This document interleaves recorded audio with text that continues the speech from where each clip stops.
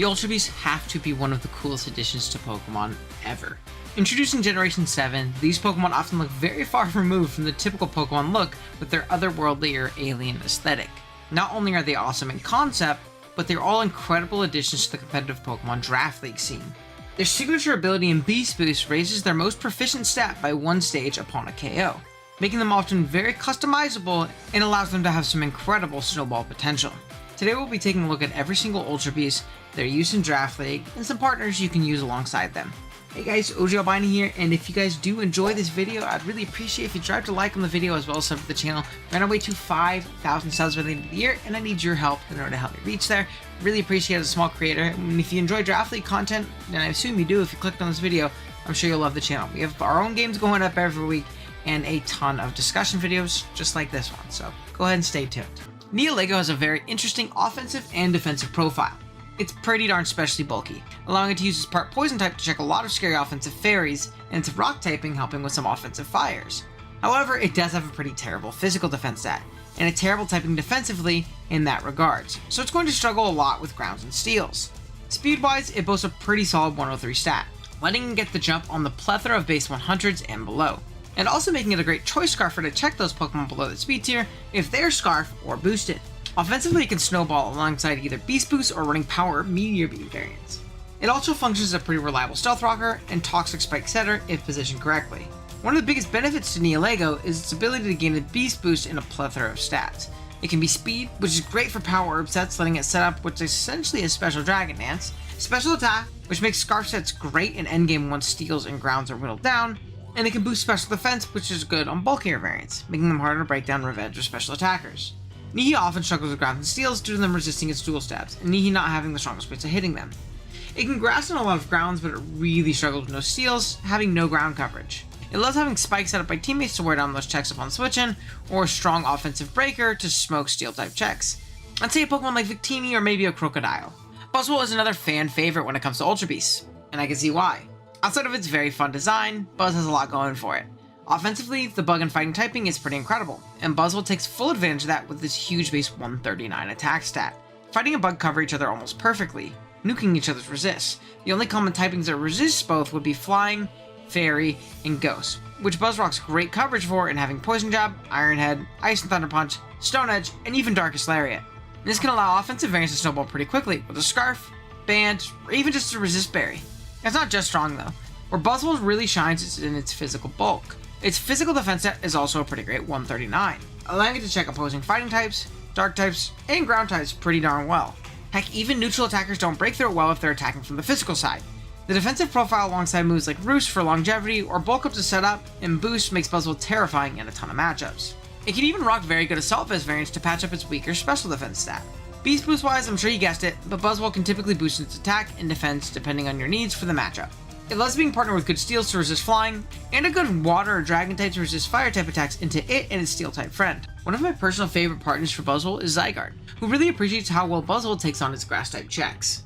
Pheromosa is very commonly banned in Pokemon Draft League. I won't go over it in depth here due to that fact, but know the reason it's banned is due to its incredible speed and attacking stats for both sides, allowing it to be very versatile and snowball teams very quickly. My word of advice is if you're in a non-Ubers league and it's allowing Pheromosa, maybe don't play in that league. Xurkitree is a special attacking version of Pecharunt. What I mean is that it's plagued by low and average mediocre stats outside of one ludicrously high one. For Pecharunt, it's defense, and for Xurkitree, it's special attack. Man oh man, is this Pokemon strong. It rocks some pretty great coverage as well, considering its electric type. It has Energy Ball to hit ground types and Dazzling Gleam to hit dragons, leaving only grass types unaccounted for coverage-wise within its arsenal. It could also boost up to a staggering +3 special attack with Tail Glow, making even resist often take 50+% or tie, allowing for yet another Beast Boost. However, Xurkitree does have its shortcomings. Coverage-wise, it really misses hidden power being in the game. Not being able to slot HPIs to cover dragons and grasses and grounds in one slot is pretty brutal. And to a lesser extent, it misses Signal Beam to hit grasses as well. Side note, why in the world did Game Freak cut Signal Beam? I still can't make sense of that decision.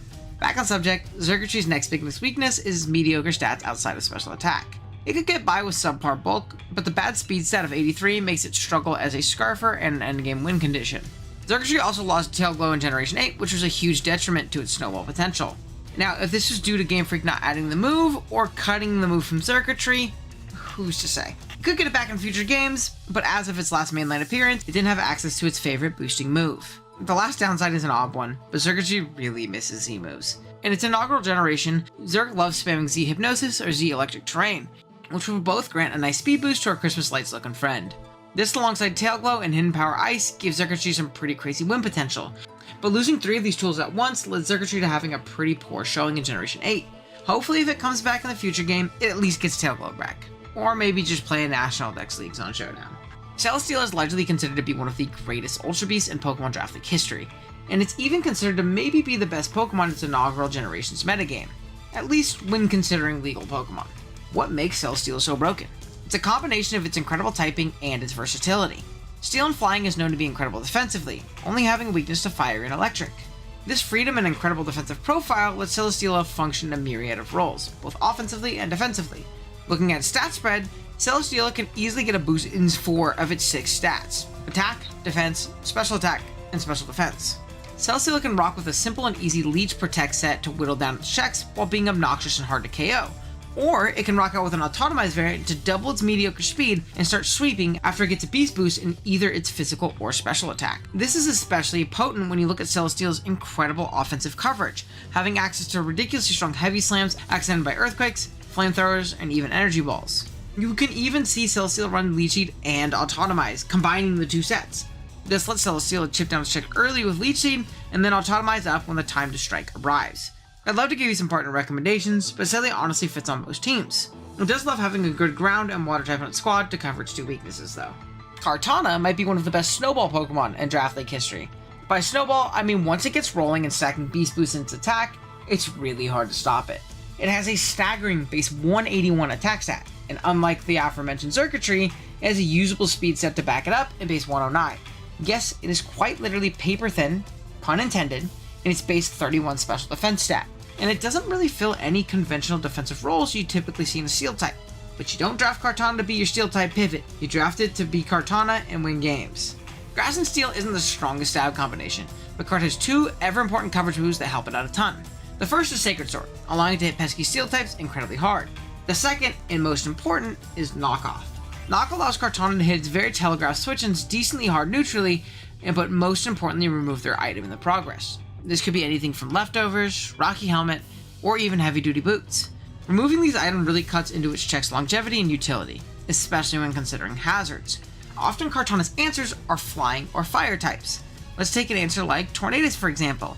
If we remove its boots, Kart becomes much more potent, threatening it to a KO with a Scarf variant. If played correctly, Kart's checks never last long and merely buy time, letting Kart get that Choice Scarf sweep later on. It can also rock with a Band or Life Orb variant pretty effectively for a crazy power boost. And it can even sport a Timid set, cutting it into its own attack, letting it gain a speed boost when KOing a Pokemon. This is the one Ultra Beast I'm kind of glad isn't in Scarlet and Violet. I really don't want to think about playing Terra Kartana. Guzzlord is a pretty interesting case. In the Generation 7 games, it was positioned as the big boss Ultra Beast, the behemoth you took on last, the devourer of worlds. Yet in a competitive context, it's by far the worst of all the Ultra Beasts. That's not to say it's terrible or unusable, but it does have some pretty noticeable flaws. First off, it's incredibly slow.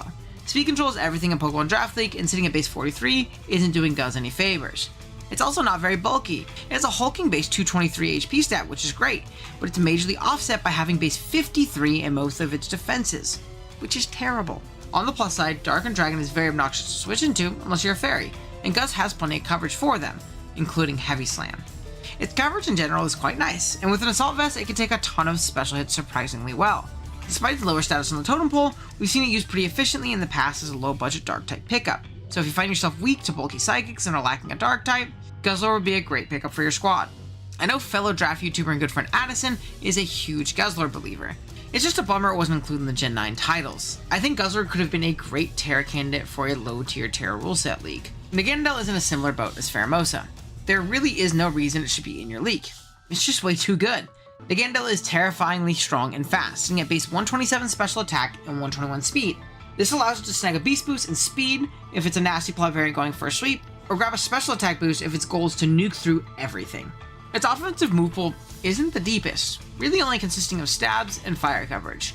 But honestly, that's all it needs. The three types of Poison, Dragon, and Fire are incredibly strong together. It can be Nasty Plot and Clean like we mentioned before, but it can also U-turn, Spike, or Toxic Spike on 4 switch-ins.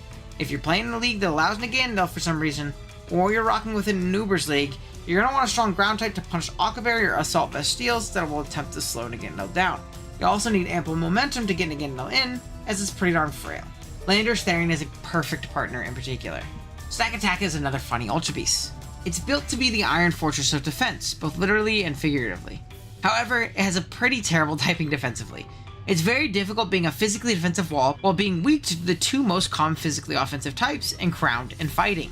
Another weakness to water, also very common, does not help a Staka in the slightest. Where Staka actually thrives is in its attacking and sweeping potential. You see, Stakataka users often lower its physical defense IV to 14, which seems very counterintuitive on a physically defensive Pokemon, but remember the Ultra Beast's universal ability, Beast Boost. If Staka's defense stat is lowered to the 14 IV number, it lets lonely variants with max attack EVs gain a boost in attack upon KO. This alongside Stakataka's access to Trick Room makes it a very potent offensive Trick Room sweeper. It sets up Trick Room for itself and then throws out strong stab Gyro Balls, Stone Edges, and Earthquakes for coverage, ripping through unprepared teams. It also gained access to Body Press in Generation 8, allowing it to boost its defense instead while maintaining the ability to sweep. Staka is another UB that would have loved Terra as a mechanic, turning it into either a fighting type for the stab Body Press or a defensive type to take common hits better and shed its nasty weaknesses. Staka goes well with other Trick Room adjacent Pokemon. Slowking helps resist fighting in water and can even Trick Room into Teleport to set up the speed advantage for Staka, freeing up a move slot for it or a turn wasted clicking it. Rounding out our list, we have Big Blacephalon. This Ultra Beast is the walking personification of a glass cannon, being incredibly strong and pretty fast, but having an awful defensive profile. Therefore, you should be really using this guy as intended and trying to find as many opportunities as possible to click a button before being forced out or killed. Blaze commonly holds a Choice Scarf to prevent offense and functions as a great endgame cleaner in win condition. It also rocks the Choice Specs to function as an incredible wall breaker alongside its stabs. For reliability, you're pretty much always going to go with Shadow Ball and Flamethrower, but you can always have the options of Overheat and Mind Blown for very strong attacks. Just keep in mind their potential downsides. Trick is also a great option for choice variants to cripple common switch-ins. Sometimes you'll see heavy-duty boots to avoid Hazard Chip, or even Calm Mind Will-O-Wisp sets to really smoke through very specific stall builds, but those aren't super common. You're much better off using Blacephalon in the fast and loose manner that it typically goes with. Partner-wise, you're going to want good hazard control, and a good means of momentum to get places so you switch-ins.